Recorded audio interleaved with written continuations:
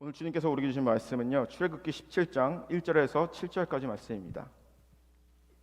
이스라엘 자손의 온 회중이 여호와의 명령대로 신 광야에서 떠나 그 노정대로 행하여 르비딤의 장막을 쳤으나 백성이 마실 물이 없는지라. 백성이 모세와 다투어 이르되 우리에게 물을 주어 마시게 하라. 모세가 그들에게 이르되 너희가 어찌하여 나와 다투느냐? 너희가 어찌하여 여호와를 시험하느냐? 거기서 백성이 목이 말라 물을 찾으매 그들이 모세에게 대하여 원망하여 이르되 당신이 어찌하여 우리를 애굽에서 인도에 내어서 우리와 우리 자녀와 우리 가축이 목말라 죽게 하느냐? 모세가 여호와께 부르짖어 이르되 내가 이 백성에게 어떻게 하리이까? 그들이 조금 있으면 내게 돌을 던지겠나이다. 여호와께서 모세에게 이르시되 백성 앞을 지나서 이스라엘 장로들을 데리고 나일강을 치던 내 지팡이를 손에 잡고 가라. 내가 호렙산에 있는 그 반석 위 거기서 내 앞에 서리니 너는 그 반석을 치라. 그것에서 물이 나오리니 백성이 마시리라. 모세가 이스라엘 장로들의 목전에서 그대로 행하니라. 같이 읽겠습니다.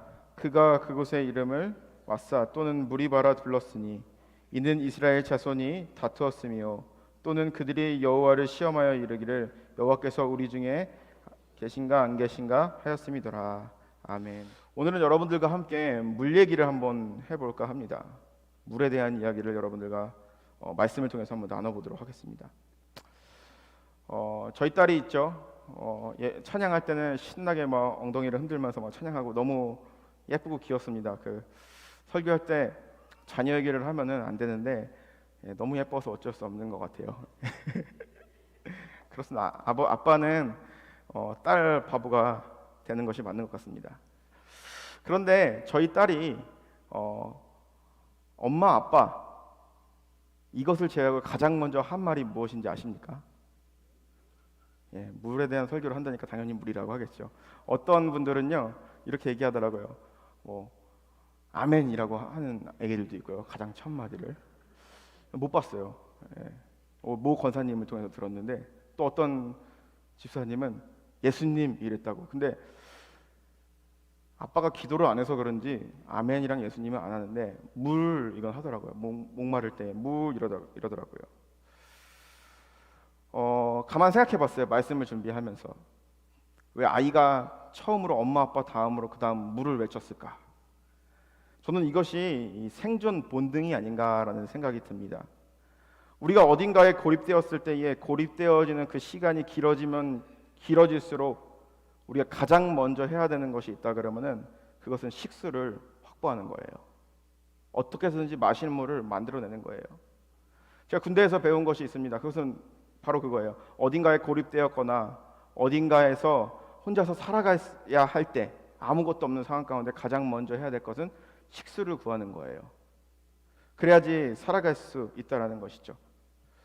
식수가 없으면은 우리가 살아갈 수 없는 것이 우리의 현실임을 알 수가 있습니다. 그런데 우리 인생도 마찬가지입니다. 우리가 미국에 처음 이민 왔을 때 여러분들은 어떠셨나요? 가장 먼저 고민한 것이 무엇이었죠? 어디서 살까? 그리고 어떻게 먹고 살까? 이런 고민을 하겠죠. 저도 여러분들에 비하면 고생 안 했죠. 근데 제가 미국 와가지고 처음 이제 이민을 와서 우리 장인 장모님 댁에서 처가살이를 하면서 가장 먼저 고민을 했던 게 어떻게 먹고 살까였어요. 그래서 여기저기 돌아다니면서 막 잡을 구하러 다녔어요. 어디 이렇게 건축 현장에도 따라가기도 하고 전기공사하는 데도 따라가기도 하고 어디 창고에서 일하기도 하고 그러면서 먹고 굶어서 죽지는 않겠지만 장인 장모님이 굶어 죽이지는 않겠지만 그래도 어떻게 하면은 우리 가정을 먹여 살릴 수 있을까 이런 고민을 이 파송 받기 전에 많이 했던 것 같아요. 즉 물이라는 것은요 생명이랑 관계가 있습니다. 지금 우리의 상황 가운데 물이 없어서 죽는 사람은 아마 미국에 극히 드물 거예요. 하지만 많은 사람들이 고민을 합니다. 어떻게 하면은 먹고 살 수 있을까? 먹고 살 수 있게 되면 어떤 고민을 하죠? 어떻게 하면 더 잘 먹고 더 잘 살 수 있을까라고 고민하는 것이 우리의 인생이라는 것이죠. 오늘 우리가 읽은 본문을 보게 되면 이스라엘 백성들에게 문제가 생겼습니다. 그 말은 바로 무엇이냐면 그들에게 있는 문제는 바로 마실 물이 없었다라는 겁니다. 그 문제로 백성과 모세와의 다툼이 있었어요.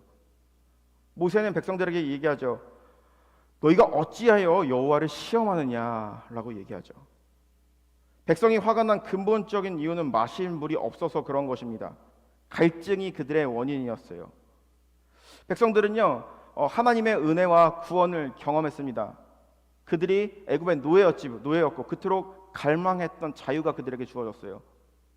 홍해가 그들 앞에서 갈라지는 것을 눈으로 목격했어요. 그리고 그들에게는 이제 자유의 몸으로 가나안 땅에 입성을 해야 되는데 광야 생활 가운데 그들이 있었을 때에 불편한 게 한두 가지가 아니었습니다. 그들이 갈증을 느꼈을 때, 마실 물이 없을 때, 가장 그들이 괴로울 때 가장 문제의 근원을 찾아봤는데 그들이 결론을 내린 것은 바로 무엇입니까? 바로 모세 때문이다. 우리가 이집트에서 그냥 노예 생활을 하고 있었으면은 분명히 이러한 결과는 안 왔을 거야. 당신 때문에 우리가 지금 여기 와가지고 왜 이렇게 개고생을 합니까? 라고 모세에게 얘기하는 것이죠. 우리의 자녀와 가축들이 다 굶어 죽게 되었습니다. 당신 때문입니다. 책임지세요. 라고 이야기하는 것이죠. 그것이 바로 백성의 심정이었습니다. 백성의 심정은 어땠을까요? 자유를 얻는다고 모세를 따라왔는데 분명히 강요해서 온 것은 아니지만 자유를 얻었고, 그리고 또한 하나님께서 모세를 통해서 애굽의 신들이 무너지는 것을 철저하게 보여주셨고 하나님을 믿을 수밖에 없는 그런 환경이었지만, 우리가 이런 말을 하죠. 정치, 자유, 먹고 살 것 없는 사람들은, 먹고 살 거 걱정하는 사람들은 그런 거 관심 안 가져도 돼 라고 말하는 것처럼 그들에게 있어서 가장 중요한 것은 신앙도 아니었고요. 그들에게 있어서 가장 중요한 것은 어떤 것이었습니까? 바로 마실 물이었습니다. 삶의 문제였다라는 것이죠. 그리고 이들이 왜 모세를 그토록 원망하게 되는지 우리가 성경을 쭉 출애굽기를 읽어보면 알 수 있는데, 르비딤에 도착하기 전에 그들이 있었던 곳이 바로 어디입니까? 엘림입니다. 엘림이라는 것은 오아시스가 있고 그리고 종려나무가 있을 정도로 아주 비옥한 곳이었어요. 농사도 지을 수 있고 물도 마실 수 있고 그 물로 샤워도 할 수 있고 다 할 수 있는, 어떻게 보면은 광야 생활 가운데 이 오아시스를 만났다라는 것은 천국을 만났다라는 것과 같습니다. 천국과 같은 곳이었어요. 그런데 모세는 하나님의 인도하심을 따라서 길을 떠나게 되었고 이스라엘 백성들은 모세의 인도함을 따라서 르비딤이라는 데 오게 되었습니다. 그런데 르비딤이라는 곳은 바로 어떤 곳이었습니까? 깨끗한 물은커녕 어떠한 물도 없는 그러한 지역이었습니다. 우리가 가끔 이러한 생각이 들 때가 있죠. 어떠한 사람을 도와줬어요. 처음에는 그 사람이 굉장히 감사하다는 표현을 아이고 감사합니다. 이 은혜를 어떻게 갚아요? 라고 이렇게 얘기하지만 그것이 도리어 원망으로 돌아올 때도 있습니다. 여러분 그럴 때 많죠. 저도 그런 친구가 있어요. 어떤 제 친구 목사가 있는데 그 친구 목사가 어떻게 교회에서 뭔가 문제가 생겨서 교회를 나오게 되었어요. 그래서 좋은 교회를 소개시켜줬어요. 제가 보낸 건 아니고 좋은 목사님을 소개시켜줬어요. 그래가지고 그 친구가 고맙다. 우리 애도 있고 가정도 있는데 그 교회 가면 사택도 있고 뭐 너무너무 좋다 하면서 너무 고맙다고 감사하다고 이 은혜를 어떻게 갚냐고 이렇게 얘기하더라고요. 근데 그 친구가 또 교회에서 문제가 생겼어요. 그때 누구를 원망하느냐? 내가 그때 이용일 말을 듣지 말았어야 되는데. 그렇죠. 이게 어떻게 보면은 인생인 것 같아요. 여러분들 앞에서 인생 이러면 좀 그렇지만 이것이 어떻게 보면은 사람 살아가면서 겪게 되는 것이죠. 그러면서 우리가 타인이 어려움을 당했을 때 도와주려고 하는 그런 마음이 크지만 도와주지 못하는 것이 바로 이러한 것들 때문이 아닐까라는 생각이죠. 이스라엘 백성들은요 모세를 통해서 출애굽의 은총을 경험했어요. 노예에서 자유가 되었고요. 이제는 가나안 땅으로 갈 일만 남았어요. 하지만 그들에게 있어서 어떠한 불편함이 생기게 되자 모세를 원망하기 시작한 것이죠. 그런데 이렇게만 바라보면 이스라엘 백성들이 참 나쁜 것 같아요. 그런데 반대로 생각해 봅시다. 이스라엘 백성들이 있었어요. 근데 르비딤이라는 데 도착했는데 마실 물이 없는 거예요. 사람이 먹을 물도 없는데 가축을 줄 물이 있겠습니까? 가축들은 당연히 물을 마시지 못했겠죠. 그러면서 이 가축들이 해롱해롱대다가 픽픽 쓰러지기 시작합니다. 어린아이들은요 아버지에게 어머니에게 물 달라고 계속 울어요. 근데 울다 지쳐 잠들고 그거 며칠을 반복하다가 아기가 이제 더 이상 울 기력이 없는 거예요. 자녀가 죽어가는 모습을 보고 있는 거예요. 자신들도 목이 탑니다. 하지만 가축들 먹여야 되고 자녀들 먹여야 되는데 그조차도 없는 상황에 자녀의 문제 앞에서 어느 부모가 분노하지 않을 수 있겠습니까? 그게 바로 이스라엘 백성들이 처한 상황이었습니다. 우리가 자녀의 문제를 만났을 때 그렇죠. 어떠한 자녀에게 무슨 문제가 생겼다, 나의 가족에게 문제가 생겼다 그러면은 아무리 좋은 사람도 시야가 좁아지기 마련입니다. 나쁘게 말하면은 인간은 연약한 존재라는 것이죠. 이스라엘 백성에게 있었던 그 갈증은 바로 무엇이었습니까? 그들이 목말랐던 것은 바로 우리가 생각하는 물에 대한 필요함이었습니다. 즉 살고 싶은 생명에 대한 그러한 간절함이 있었습니다. 이스라엘 백성들이 이러한 생존의 절박함을 느끼고 그리고 또한 그것에 대한 원인을 누구한테로 봤나요? 바로 모세에게로 봤다라는 거죠. 저 모세, 저 할아버지만 안 따라왔으면 우리가 괜찮았을 텐데 아유 하면서 모세를 원망하기 시작해요. 모세를 통해서 그들이 자유의 몸이 됐는데, 그렇다면 모세의 심정은 어땠을까요? 모세는 무거운 책임감과 그리고 또 그러한 것들을 해결해 주지 못한 그런 아픔이 있었을 것입니다. 우리가 한 번쯤은 생각해 볼 필요가 있는 게, 이스라엘 백성들이 여기서 목이 말라서 죽을 지경이다 라고 하면서 모세에게 돌을 들라 그랬어요. 그런데 여기서 하는 질문, 모세는 목이 말랐을까요? 목이 마르지 않았을까요? 그 역시도 목이 말랐어요. 그런데 목이 말라도 목마른 티를 내면 안 돼요. 왜냐하면은 자신은 이스라엘의 지도자이기 때문이라는 것이죠. 저희 아버지에게 배운 것이 있어요. 아무리 어렵더라도 자식들에게 어렵다는 내색을 하지 않습니다.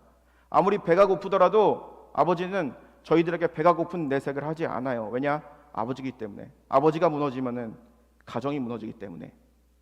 이스라엘의 지도자 모세가 물이 없다고 원망하면서 땅을 치면서 다시 애굽으로 돌아가자 그러면 이스라엘 백성들도 역시 실망하겠죠. 어떠한 나침판이 없어지는 것이죠. 그렇기 때문에 목이 말라도 그는 참아야만 했어요.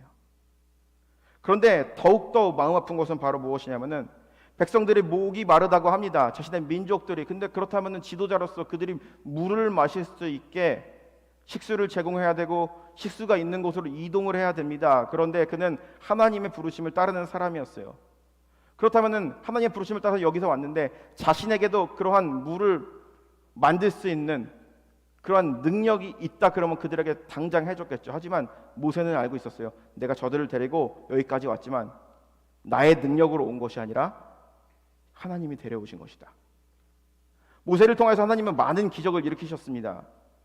모세의 지팡이를 통해서 어떻게 합니까? 모세의 지팡이를 통해서 이스라엘의 애굽의 신들, 그리고 또 애굽에 있는 권력자들을 무너지게 하였고, 그리고 또 모세의 지팡이를 통해서 어떻게 했습니까? 홍해를 갈랐던 사람입니다. 그런데 모세가 가른 것이 아니라 하나님이 갈랐다는 것이죠. 하나님이 갈렸다는 거죠. 모세는 알고 있었어요. 이 모든 것을 내가 한 것이 아니다.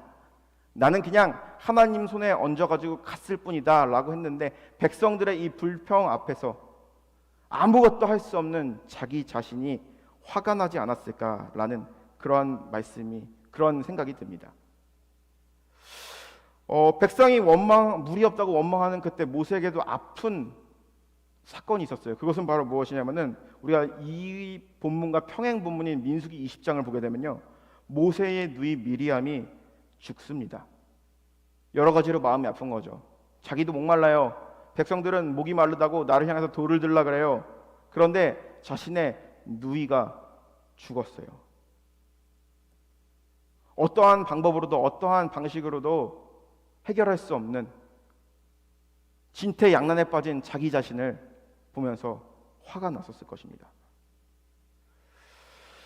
이러한 상황 가운데 모세는 백성들에게 향하여서 너희가 어찌하여 하나님의 말씀을 거역하느냐 라고 이야기하지만 17장 4절 말씀에 보게 되면 이렇게 얘기합니다. 모세가 여호와께 부르짖어 내 백성을 어떻게 하리이까?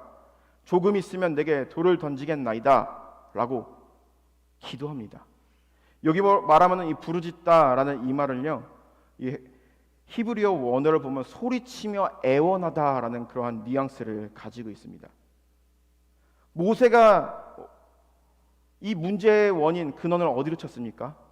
이스라엘 백성들은 문제의 원인을 모세로 돌렸지만 모세는 그 문제의 원인과 근원을 하나님께로 돌렸다라는 것이죠. 소리치면서 하는 겁니다. 하나님, 나에게 이런 능력이라도 좀 주시고 이들의 지도자로 세우셨으면 이들의 필요를 채울 수 있는 그러한 리더십과 함께 능력을 주셔야 되는데 왜 나에게는 그런 것들을 주지 않습니까? 라고 원망하는 것이죠. 가뜩이나 자신의 누이가 죽어서 너무나도 슬픈데 리더로서 사람들 앞에서 사람들의 필요를 채워주지 못한다라는 것, 그것이 정말 이 모세에게는 마음이 아픈 일이었습니다. 그런데 오늘 본문을 보고 민수기 20장 말씀을 알 수 있습니다. 20절 말씀을 보게 되면요, 민수기 20장 11절 말씀을 보면 모세가 그 상황 속에서 반석을 2번 내리찍었다라고 얘기합니다. 출애굽기 17장엔 나오지 않지만 이와 똑같은 사건을 말한 민수기 20장에는 2번 내리찍었다라고 얘기합니다. 이것은 모세가 분노했다라는 것이죠. 그럼 모세는 뭐에 분노했을까? 하나님에 대해서 분노했을까요? 아니에요. 자신의 무능함, 리더로서의 연약함, 백성 앞에서 강한 척 해야 되는데 솔직히 강하지 않은 나의 모습에 대해서 분노했던 것이죠. 그렇기 때문에 모세에게 하나님께서 말씀하십니다. 너희가 나를 믿지 아니하고 이스라엘 자손 목전에서 내 거룩함을 나타내지 아니한 거로 너희는 이 회중을 내가 그들에게 준 땅으로 들여보내지 못하리라. 민수기 20장 보면은 이렇게 이야기하고 있습니다. 나를 믿지 않았다. 하나님을 믿지 않은 것은 아니에요. 그런데 어떤 것입니까? 모세가 분노했던 것, 이스라엘 백성들이 분노했던 것, 그 분노의 원인은 어디 있습니까? 바로 자기 자신 타인에게 있었고 그 순간에 하나님이 그들과 함께 계시다라는 것, 그들을 인도해낸 것은 모세가 아니라 하나님이라는 사실을 모세도 순간 인지하지 못했고 이스라엘 백성들도 인지하지 못했다라는 것을 우리는 알 수가 있습니다. 즉 누리바에서 생존의 문제를 가지고 갈증을 느끼며 모세를 원망하는 이스라엘 백성들, 그리고 또 이들과 같이 목마르지만 목마르다고 말할 수 없는 모세, 자신이 가진 능력으로는 아무것도 할 수 없는 유능해 보이지만 속으로는 무능한, 하나님 없이 아무것도 할 수 없는 그런 모세의 모습입니다. 그런데 이것은요, 과거의 성경 속에만 일어나는 이야기가 아니라 우리의 삶 가운데도 일어나고 있다는 것이죠. 우리는 이스라엘 백성들과 같이 생존의 문제를 가지고 끊임없이 갈증을 느끼면서 살아갑니다. 돈이 없는 사람은 돈이 없음에 갈증을 느끼고요, 돈이 많은 사람들은요, 더 많은 돈을 갖고 더 많은 행복을 추구하기 위해 갈증을 느끼면서 살아갑니다. 그리고 이러한 갈증이 나를 불행하게 만든다라고 이야기합니다. 그리고 내가 왜 이렇게 되었는지, 내가 왜 이렇게 목마른 존재가 되었는지 근원을 찾고 그 근원을 원망하고 저주하기 시작합니다. 모세는 자신에게 능력이 없음을 분노합니다. 내가 해결할 수 없고 나의 힘으로 할 수 없는 자신에 대해서 분노합니다. 그런데 중요한 것은 바로 무엇입니까? 그 순간에 하나님을 바라보지 못했다라는 것이죠. 출애굽기 17장에 일어나는 오늘 이 백성과 모세가 하나님을 원망했던 그 장소, 무리바라는 장소의 뜻은요, 백성들이 다투었다라는 첫 번째 의미를 가지고 있어요. 삶에 대한 갈증, 자신의 문제에 대한 갈증이 있었다라는 것이죠. 근데 두 번째 의미는 바로 무엇이냐? 하나님이 우리와 안 계시는가라는 그런 의미를 가지고 있어요. 그것은 바로 무엇입니까? 우리가 삶 가운데 갈증을 느끼면서 괴로워할 때 그 원인을 찾고 내 인생이 어떻게 이렇게 되겠지? 나는 왜 끊임없이 열심히 사는데 왜 행복하지 않을까라는 그런 고민을 가지고 그러한 고민 끝에 자신을 원망하기 시작합니다. 그런데 마치 그러한 원망하고 나 자신에 대해서 분노에 사로잡혔던 그 순간에 가인이 에서를 죽일 때 하나님을 보지 못했던 것처럼 우리도 그 분노에 사로잡히고 나의 삶 가운데 깊은 원인을 찾는 과정 가운데 아담과 하와가 선악과를 따먹을 때에 하나님이 보이지 않았던 것처럼 우리의 마음 가운데도 하나님이 안 계시는 것처럼 생각하며 살아갈 때가 있다라는 것이죠. 과거에 있었던 사건이 아니라 우리의 삶 가운데, 우리의 인생 가운데 늘 있어왔던 이 삶에 대한 갈증의 문제는 우리에게 존재했다라는 것이죠. 그렇다면 우리는 우리의 삶은 끊임없이 목마르게 하는 그러한 삶인데, 이 목마르게 하는 그러한 삶 가운데 나의 분노와 나를 향한 그런 비난, 하나님 없이 살아가는 우리의 모습 속에서 우리는 어떠한 것을 의지하며 나아가야 할지 우리는 생각해 볼 필요가 있다는 것이죠. 목이 말라서 물 한잔 하겠습니다.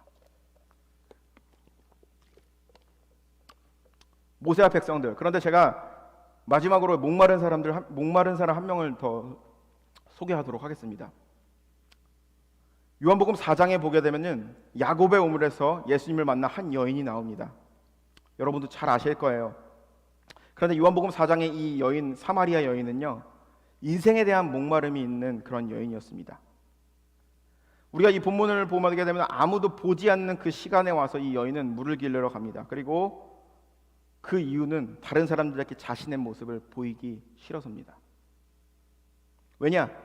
그 여인은요, 남편이 5명이 있었어요. 그리고 언제 버림받을지 모르는 그런 여인입니다.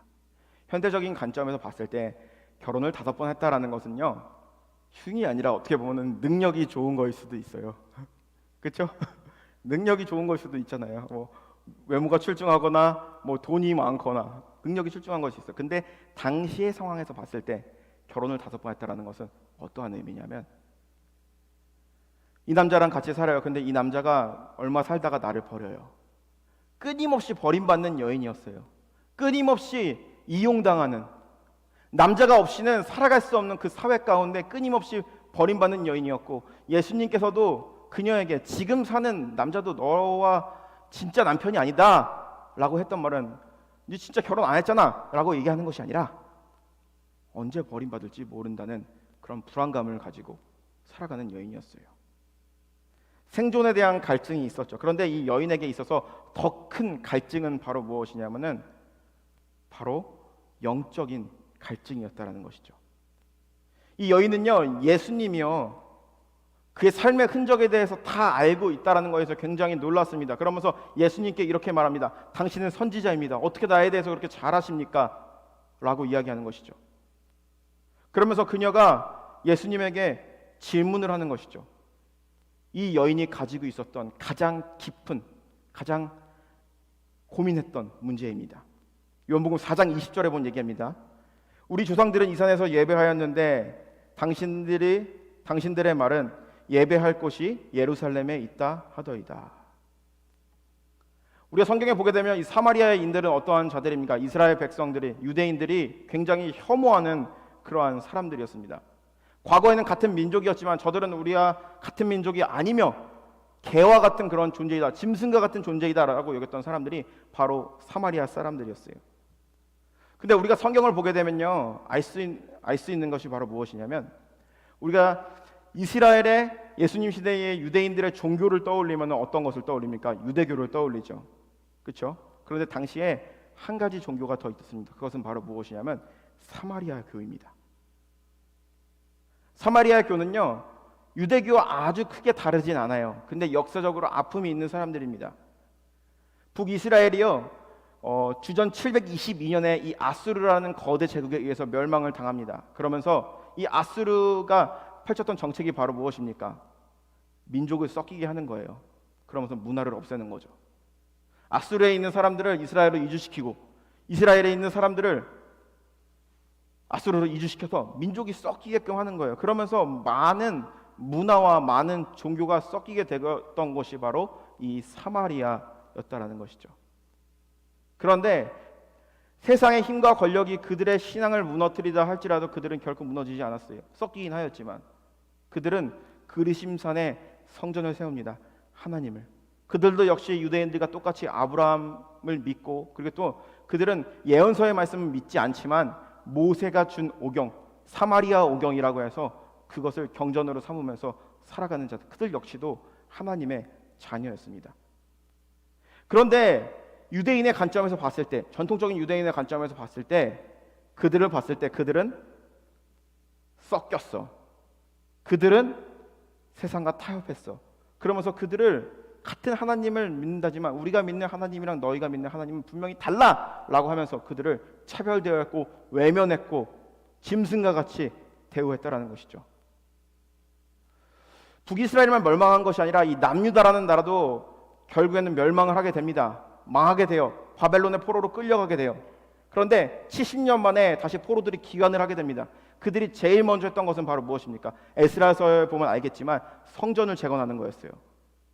이스라엘 백성들이 돌아왔다, 바벨론에서 돌아왔단 말을 듣고 성전을 재건하려고 하는데 사마리아인들이 우리가 가서 도와줄게 라고 하는데 이스라엘 백성들, 이 포로에서 돌아온 자들은 우리가 힘들어서 죽으면 죽었지 너의 도움은 받지 않겠다면서 그들의 도움을 차단해버립니다. 영원히 갈라지게 된 것이죠. 그러면서 그들 역시도 하나님을 믿는 자들이고 아브라함을 믿음의 조상으로 섬기는 자들인데 이스라엘 백성들은 예루살렘 성전에서 우리가 믿는 하나님, 우리가 믿는 성전이 정통성이 있는 것이며 하나님이 거하시는 것이다 라고 믿고 사마리아 사람들은요 그리심산의 성전을 세우고 여기서 믿는 그 하나님이 진짜 하나님이다 라고 하면서 그들과 함께 서로 상종하지 않았던 것이죠. 역사적인 근거를 보게 되면요 유대인들이 사마리아인들이 믿고 있는 예배를 드리는 그리심산의 성전에 와서 성전을 부숴버리기도 했어요. 종교적인 갈등이 민족 가운데 있었던 것이죠. 그렇기 때문에 이 사마리아 여인에게 중요했던 것은 바로 무엇이냐? 당신네들 조상들은요 예루살렘 성전에서 드리는 예배가 참 예배라 생각하고 우리는 여기서 예배 드리는 예배가 참 예배라 생각하는데 무엇이 맞는 겁니까? 영적인 갈등이 있던 것이죠. 남자에게 계속 버림받고 지금 사는 남자에게도 언젠가는 버림받을 것이라는 그러한 생각을 가지고 있던 여인이었어요. 근데 이 여인이 붙들고 있는 것은 바로 신앙이었어요. 믿음이었어요. 하나님을 의지하는 것이었어요. 사마리아인이기 때문에 그리심산에서 예배를 드렸어요. 그런데 유대인들이 바라보기에는 너에게는 구원이 없어. 하나님 너와 함께하지 않아. 너희들은 짐승과 같은 존재들이야 라고 하는 가운데 신앙의 갈등이 있는 것이죠. 무엇이 참 진리인가? 가끔가다 이런 경우가 있죠. 여기만 일어나는 것이 아닙니다. 장로교회를 다니다가 감리교회를 다니다가 그리고 또 다른 교회를 다니시는 분들이 말하는 질문이 있어요. 감리교회에서는 장로교가 잘못됐다라고 얘기하는 어떤 목사님들도 있고요. 그리고 장로교회에서는 감리교회 신앙이 잘못됐다라고 얘기하는 사람들도 있겠죠. 그렇기 때문에 교인들에게 굉장히 혼돈이 옵니다. 무엇이 맞는 것입니까? 무엇이 진리고 어떠한 것이 구원입니까? 혼란이 오게 되는 것이죠. 마치 사마리아인들과 유대인들이 겪었던 그러한 걱정과 고민이 우리 가운데도 있다라는 것이죠. 그런데 이러한 상황 가운데 예수님은요 여인에게요 말씀하십니다. 요한복음 4장 20절에서 26절 말씀입니다. 우리 조상들은 이 산에서 예배하였는데 당신들은 말은 예배할 것이 예루살렘에 있다 하더이다. 예수께서 이르시되 여자여 내 말을 들으라. 이 산에서도 말고 예루살렘에서도 말고 너희가 아버지께 예배할 때가 이르리라.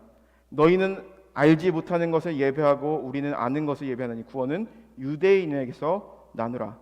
아버지께 참되게 예배하는 자들의 영과 진리로 예배할 때가 오나니 곧 이때라. 아버지께서는 자기를 이렇게 예배하는 자들을 찾으시니라. 하나님은 영이시니 예배하는 자가 영과 진리로 예배할지니라. 그녀의 갈증이 해결됐습니다. 그것은 바로 무엇입니까? 그리심산에서 예배하는 것도 아니고 예루살렘에서도 예배하는 것이 아니고 아버지께 예배할 때가 오니라. 당신이 주님을 만나서 당신의 그 삶의 자리에서 찾아오시는 주님을 진정으로 믿고 당신의 그 영적인 문제, 사람들은 이 사람을 영적으로 헷갈리게 만들지만 우리에게 명확하고 클리어하게 다가오시는 그 하나님의 임재가 임하는 때가 너에게 있을 것이다. 하나님은 어떤 하나님입니까? 어떠한 장소에 거하는 하나님이 아닙니다. 하나님은요 지금도 계시고 우리 집에도 계시고 온 인류 가운데 함께 계셔요. 그런데 사람들은요 이 장소에 하나님이 있다라고 생각을 하는 것이죠. 이 여인은 그랬어요. 유대인들은 그랬어요. 하지만 진정으로 예배할 때에 하나님을 섬기며 나아갈 때에 진정으로 예배하며 하나님이 받으시는 그런 예배할 자를 찾으시고 그런 때가 온다라고 이야기합니다. 중간에 생략하고 이 여인은 어떡합니까? 자신의 짐과 같았던 이 물동이를 버려두고 세상 가운데로 나아갔어요. 예수를 전하는 삶을 살아가게 되었다라는 것이죠. 오늘 본문을 다시 한번 보겠습니다. 사마리아 여인에서 다시 한번 우리가 성경을 쫙 넘겨서 출애굽기 말씀을 보게 되면은 하나님께서 모세에게 하신 말씀이 있습니다. 출애굽기 17장 6절에 하나님에 대해서 하나님 저 백성들이 나를 죽일 것 같아요 라고 말하고 있는 상황 가운데 모세가 하나님께 이렇게 기도하였을 때에 하나님은 모세에게 이렇게 얘기합니다. 내가 호렙산에 있는 그 바위 위에 거기서 내 앞에 서리니 너는 그 반석을 치라. 우리는 모세가 반석을 치는 거에만 집중하죠. 근데 하나님께서는 모세에게 분명히 말씀하셨어요. 네가 서 있는 호렙산의 그 반석에 내가 서 있겠다라고 얘기했어요. 하나님께서는 그들과 함께 하신다라고 얘기했고 그들과 영원토록 그들을 지키시겠고 그들을 분명히 가나안 땅으로 인도하여 내겠다라고 말씀하셨는데 그들은 순간의 분노 앞에 순간의 갈증 앞에 하나님이 보이지 않았던 것이죠. 그런데 하나님은요 그들의 삶 가운데 함께 하셨다는 거죠. 그들의 마음 가운데 있는 그 가난함 가운데 그들의 마음 가운데 있는 갈증 가운데 함께 하시는 하나님이었습니다. 그들이 해야 할 것은 그러한 절망적인 상황 가운데 주님을 바라보는 것인데 바라보지 못했고 하나님은 그들이 그러한 상황 가운데 자신을 바라보기 원했다라는 것이죠. 오늘 설교의 핵심 메시지인 것입니다. 우리는 인생에서 갈증을 느끼며 살아가요. 그리고 또한 인생의 두려움을 가지고 살아가는 것이 우리의 인생입니다. 삶 가운데 불안함을 경험하게 되고요. 그리고 또 우리는 항상 영적인 갈증과 육적인 갈증을 가지고 살아갑니다. 그런데 우리가 그 상황 가운데 기억해야 될 것이 있다 그러면은 하나님이 우리와 함께 계시다라는 것이죠. 저희 할아버지 목사님이요. 항상 가족들이 모이게 되면요. 예배를 드립니다. 그런데 예배의 레파토리는 매번 똑같아요. 첫 번째로 나의 갈 길 다 가도록 찬양 부르고 그 다음부터 시편 23편의 말씀을 우리가 같이 읽습니다. 여호와는 나의 목자시니 내게 부족함이 없으리로다. 그러면서 이제 늘 하시는 말씀, 내가 젊었을 때 월남전에 참전을 했는데 총알이 빗발치는 그 상황 가운데 내가 이 말씀을 붙들면서 견뎠더니 하나님께서 나의 목자가 되어주셨고 어떤 위급한 상황에서도 배고픈 상황과 목마른 상황에서 쉴만한 물가로 인도해 주셨다. 너희들도 하나님을 의지하며 절망 가운데 있더라도 하나님을 바라봤으면 좋겠다. 처음 들었을 때 은혜가 되겠죠. 매번 똑같은 얘기를 반복을 하는 거예요. 아 오늘도 이거구나. 알죠? 그런데 이제 미국에 이민 와가지고 이제 더 이상 가족 예배를 드릴 수 없게 되었잖아요. 뭐 줌으로 뭐 하는 사람도 있겠지만 그런데 요즘에 그 말씀이 제 마음 가운데 생각이 듭니다. 여호와는 나의 목자시니 내게 부족함이 없으리로다. 그러니까 나를 푸른 수장으로 인도하시며 쉴만한 물가로 인도하신다.